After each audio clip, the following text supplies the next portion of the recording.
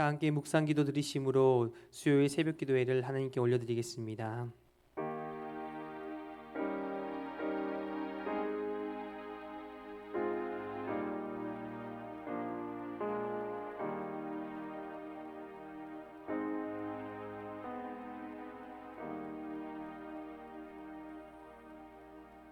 사랑과 은혜가 풍성하신 하나님, 오늘 새벽도 저희들을 불러주셔서 주님 앞에 예배드리게 하심에 감사를 드립니다.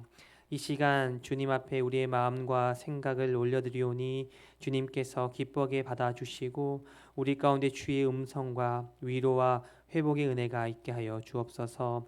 감사합니다. 예수님의 이름으로 기도합니다. 아멘. 찬송가 93장 함께 찬양 부르시겠습니다.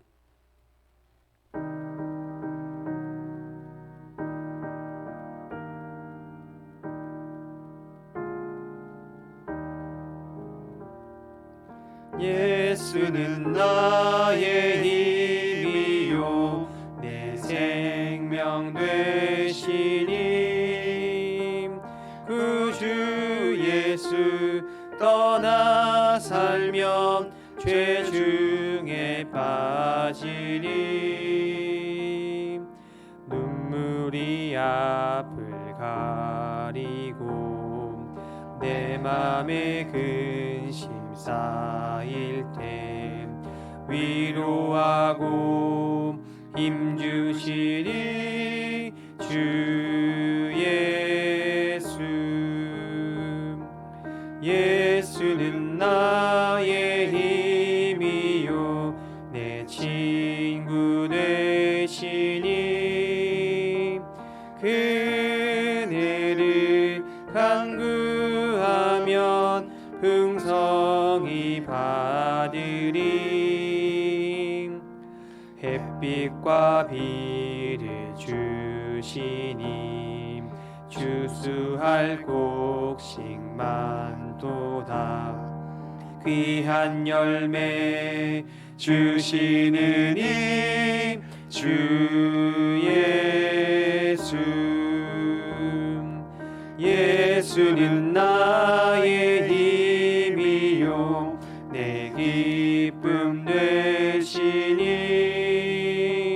그 명령을 준행하여 늘 충성하겠네 주야로 보호하시며 바른 길 가게 하시니 의지하고 따라가리 주 예수 예수는 나의 힘이요 내 소망 되시니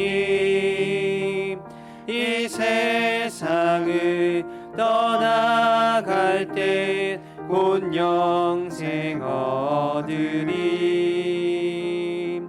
한없는 복을 주시고 영원한 기쁨 주시니 나의 생명 나의 기쁨 주 예수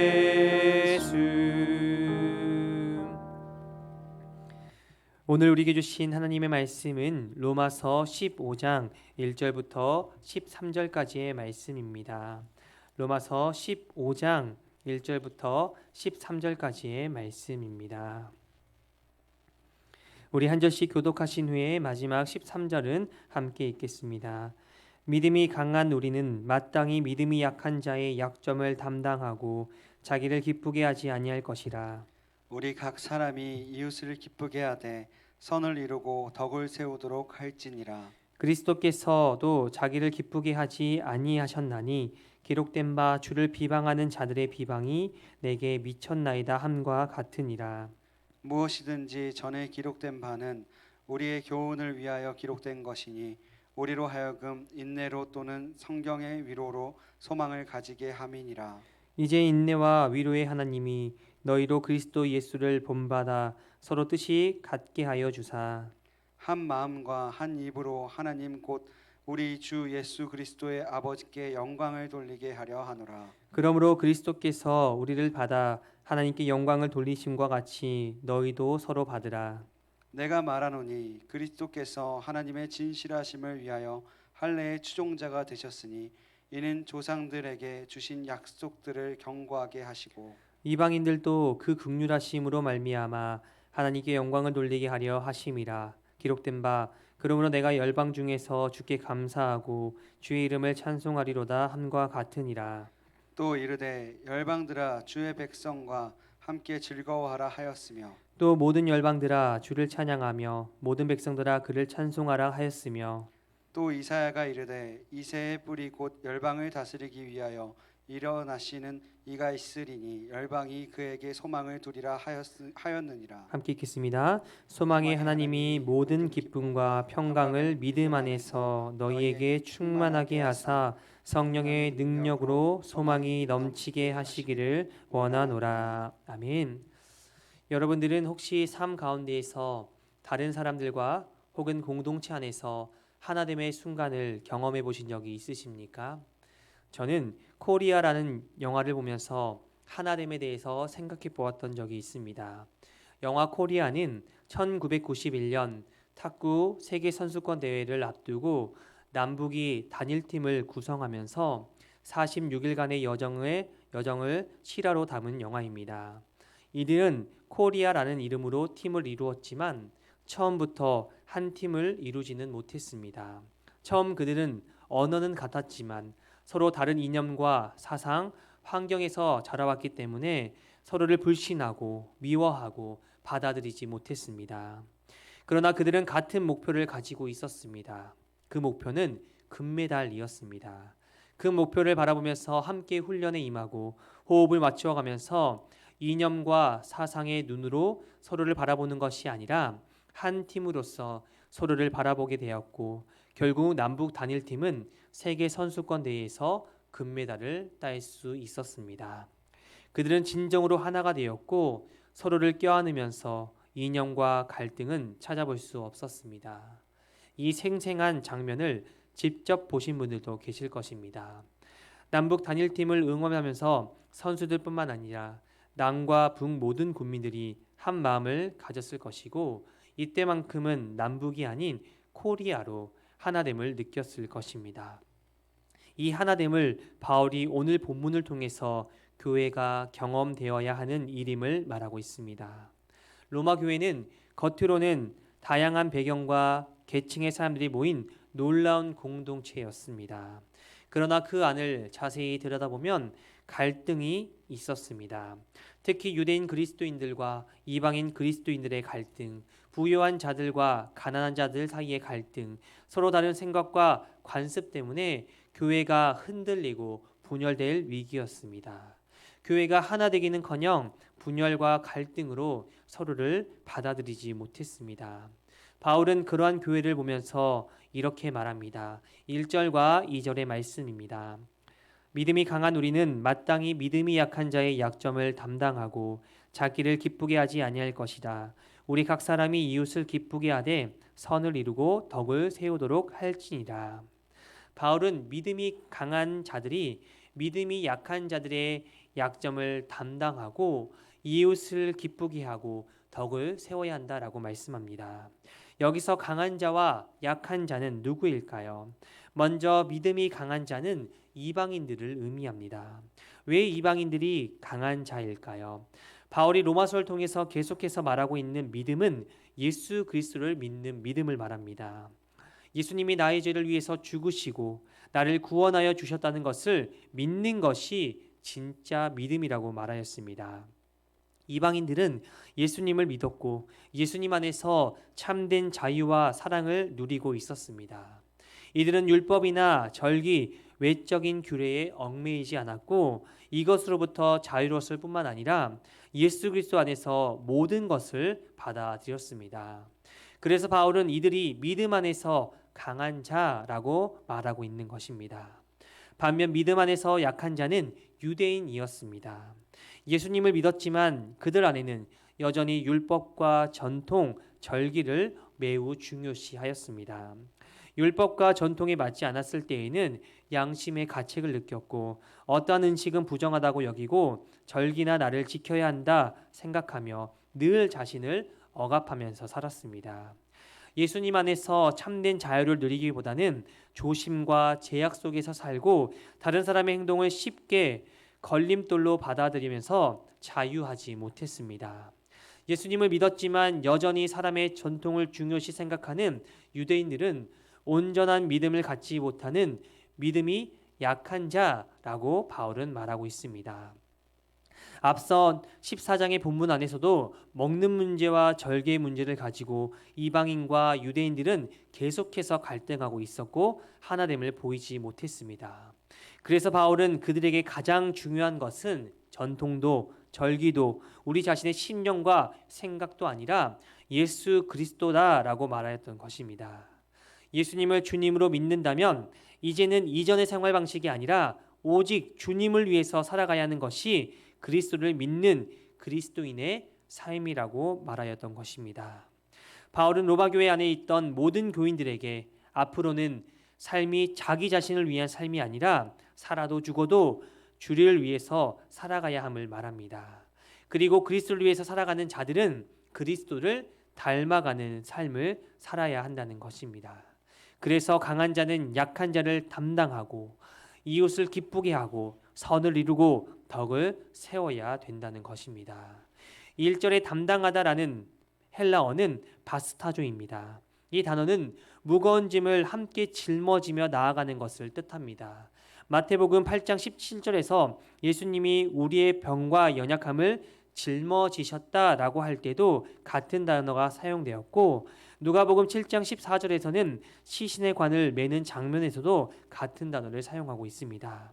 이는 강한 자가 약한 자에게 자신의 자유와 믿음으로 인해서 무거운 짐을 짊어주는 것이 아니라 그리고 양심의 가책을 계속해서 느끼게 만드는 것이 아니라 그들의 연약한 부분을 함께 짊어지고 그들을 사랑으로 섬기고 품어야 함을 말하고 있는 것입니다.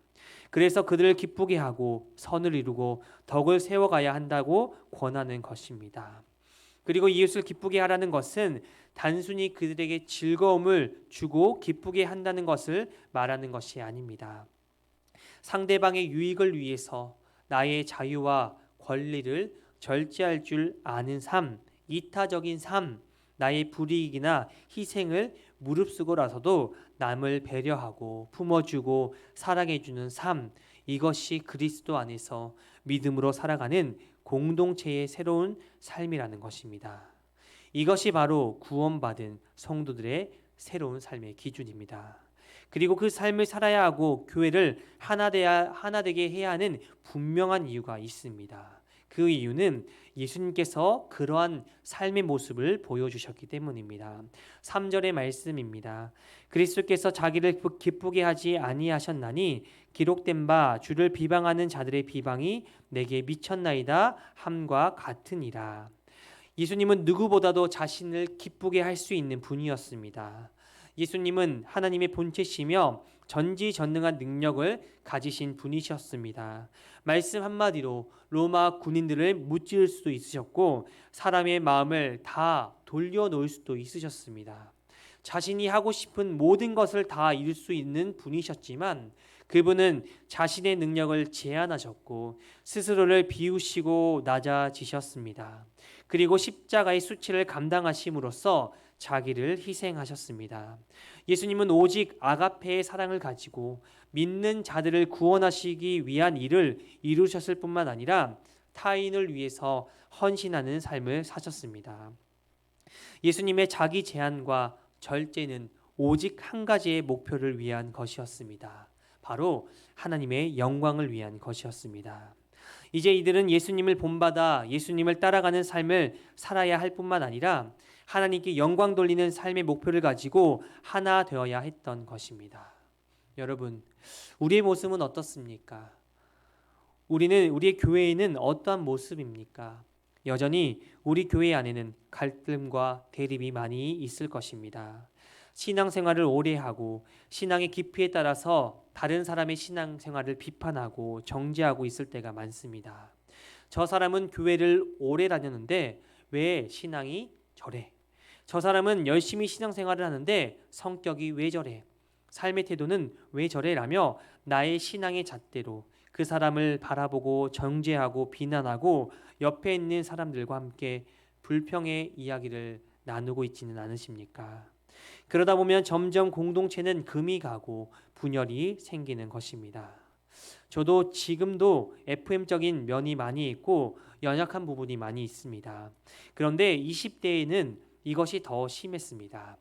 나름 열심히 성경도 배우고 기도 생활도 꽤나 했습니다. 그뿐만이 아니라 대부분의 생활을 교회에서 보내다 보니 저는 꽤나 믿음이 괜찮은 사람이라고 생각하면서 신앙생활을 하였던 것이었습니다.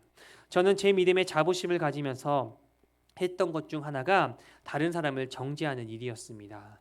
가장 가까운 가족에서부터 시작하여 교회 안에 있던 동생들과 더 나아가 교회 공동체들까지 저의 신앙의 잣대를 가지고 비난하고 지적하기 일쑤였습니다. 왜 교회를 다니면서 이렇게 열심히 신앙생활을 하지 않느냐고, 이렇게 해서 어떻게 그리스도인이라고 말할 수 있냐라면서 그들의 연약함을 짓밟는 것이 저의 모습이었습니다. 그렇게 하다 보니까 공동체는 온전히 세워질 수가 없었고 늘 삐그덕대기가 일쑤였습니다. 저는 예수님을 믿고 그리스도인이 된 것이 아니라 그리스도인인 척 하기 바빴던 것입니다. 그런 제가 저의 연약함을 발견하고 제가 아무것도 아닌 존재임을, 너무나도 부족한 자임을 발견했을 때에 이 모습이 조금씩 깨질 수 있었습니다. 예수님 안에서 모든 사람은 부족한 사람이고 연약하며 무가치한 사람인데 예수님 외에는 자랑할 것이 없는데 나의 신앙생활을 자랑하고 드러내고 있음을 참 부끄러워했던 기억이 있습니다. 우리의 신앙생활의 열심이, 믿음의 강함이 다른 사람을 정죄하는 잣대가 되고 기준이 되어서는 안 됩니다. 우리가 받은 그 사랑과 은혜를 기억하며 우리도 연약했던 시절이 있음을 기억하며 믿음이 약한 자들을 품고 그들의 짐을 짊어지고 함께 걸어가는 것이 우리가 해야 할 모습입니다. 정죄하고 비난하기보다는 그들을 위해서 기도하고 따뜻한 눈빛과 말로 다가가야 합니다. 이것이 하나님이 원하시는 공동체의 모습이며 교회가 하나 될 수 있는 길로 나아가는 방법입니다. 무엇보다도 예수님이 그러한 삶의 모습을 우리에게 보여주셨습니다. 우리는 그리스도인입니다. 그리스도인이라는 것은 그리스도를 닮아가는 사람을 말합니다. 예수 그리스도께서 자신을 제한하시고 낮아지셨던 것처럼 다른 사람을 섬기셨던 것처럼 우리 또한 예수 그리스도를 닮아 내 강함을 자랑하는 것이 아니라 상대방의 양심을 배려하고 무난 부분이 있으며 함께 이끌어주고 함께 걸어가주고 함께 위로해 줄 수 있는 공동체가 되어야 합니다. 사랑하는 성도 여러분, 세상은 늘 내 편, 네 편 나누기 바쁩니다. 그런데 교회는 달라야 합니다. 교회는 네 편, 내 편이 아니라 모두가 하나 될 수 있는 길을 찾아가야 합니다. 교회의 가장 큰 힘은 하나됨입니다. 앞에서 말씀드렸던 것처럼 남과 북이 단일팀이 되어 한 가지의 목표를 향해 나아갈 때에 하나가 되고 그 하나됨의 모습을 통해서 온 국민이 감동을 줄 수 있었던 것처럼 우리 교회가 서로 다른 배경과 모습을 가진 자들이 모였지만 오직 하나의 목표, 하나님의 영광을 위해서 서로를 품어주고 배려해주고 하나가 되어갈 때에 하나님께서는 우리의 모습을 통해서 영광 받아주실 것입니다. 우리는 오직 하나님의 영광을 위해서 예수님을 믿는 믿음으로 이 일들을 실천해야 합니다. 무엇보다도 마지막 13절의 말씀을 우리가 붙들고 이 교회가 하나 되기를 소망해야 합니다. 13절의 말씀입니다. 소망의 하나님이 모든 기쁨과 평강을 믿음 안에서 너희에게 충만하게 하사 성령의 능력으로 소망이 넘치게 하시기를 원하노라. 하나됨의 결과는 소망입니다. 분열된 교회는 낙심을 낳지만 하나된 교회는 소망을 낳습니다. 성령의 능력으로 서로를 품고 이해하며 용납할 때에 하나님이 주시는 기쁨과 평강이 교회 안에 가득 차게 되고 소망이 넘치게 될 것입니다. 오늘 하루도 우리의 교회가 그리스도 안에서 하나가 되고 세상에 소망을 전하는 공동체가 되기를 간절히 소망합니다. 더 나아가서 내 자신이 믿음이 약한 자라면 기도하면서 하나님 앞에 나아가시고 또 믿음이 강한 자라고 생각하시면 믿음이 약한 자들을 붙들어주고 그들을 위해서 기도하며 나아가는 하루의 삶이 되시기를 간절히 소망합니다. 기도하겠습니다. 사랑과 은혜가 풍성하신 하나님 감사합니다. 하나님, 교회가 분열되고 갈등을 매번 일삼는 것이 아니라 하나님 안에서 하나됨을 추구하며 또 하나됨을 또 소망하며 나아갈 수 있는 교회 되게 하여 주옵소서. 믿음이 강한 자가 있습니까? 주님, 그러한 자들이 믿음이 연약한 자들을 돌보게 하시고 그들의 연약함을 짊어지고 함께 나아갈 수 있도록 하여 주옵소서. 비난과 정죄보다는 따뜻한 눈빛과 말로 또 그들을 위해서 기도하면서 함께 또 걸어갈 수 있는 우리 모든 공동체가 될 수 있도록 하여 주옵소서. 그리하여 날마다 이 교회가 든든히 세워져 가고 하나님이 기뻐하시는 평강과 또 기쁨이 넘치는 소망 가운데 나아가는 교회 공동체 될 수 있도록 주님 함께하여 주옵소서. 감사를 드리며 예수님의 이름으로 기도합니다. 아멘. 하늘에 계신 우리 아버지의 이름을 거룩하게 하시며 아버지의 나라가 오게 하시며 아버지의 뜻이 하늘에서와 같이 땅에서도 이루어지게 하소서. 오늘 우리에게 일용할 양식을 주시고 우리가 우리에게 잘못한 사람을 용서하여 준 것 같이 우리의 죄를 용서하여 주시고 우리를 시험에 빠지지 않게 하시고 악에서 구하소서. 나라와 권능과 영광이 영원히 아버지의 것입니다. 아멘. 우리 시간 함께 기도하실 때에 먼저는 받은 말씀을 기억하며 기도하시기를 바랍니다. 또한 10월 달부터 특별 다니엘과 부흥의 특별 새벽 기도회가 있습니다. 은혜롭게 모든 행사들이 다 진행될 수 있도록 기도해 주시기를 바랍니다. 지금은 추석 연휴 기간입니다. 오고 가는 모든 길 안전하게 갔다 올 수 있도록 해주시고 또 만나는 가족들에게 하나님의 축복을 전하는 성도 될 수 있도록 기도해 주시길 바랍니다. 또한 고난 중에 있는 성도님들, 환우들 개인의 기도 제목을 가지고 이 시간 함께 간절히 기도하겠습니다. 기도하시겠습니다.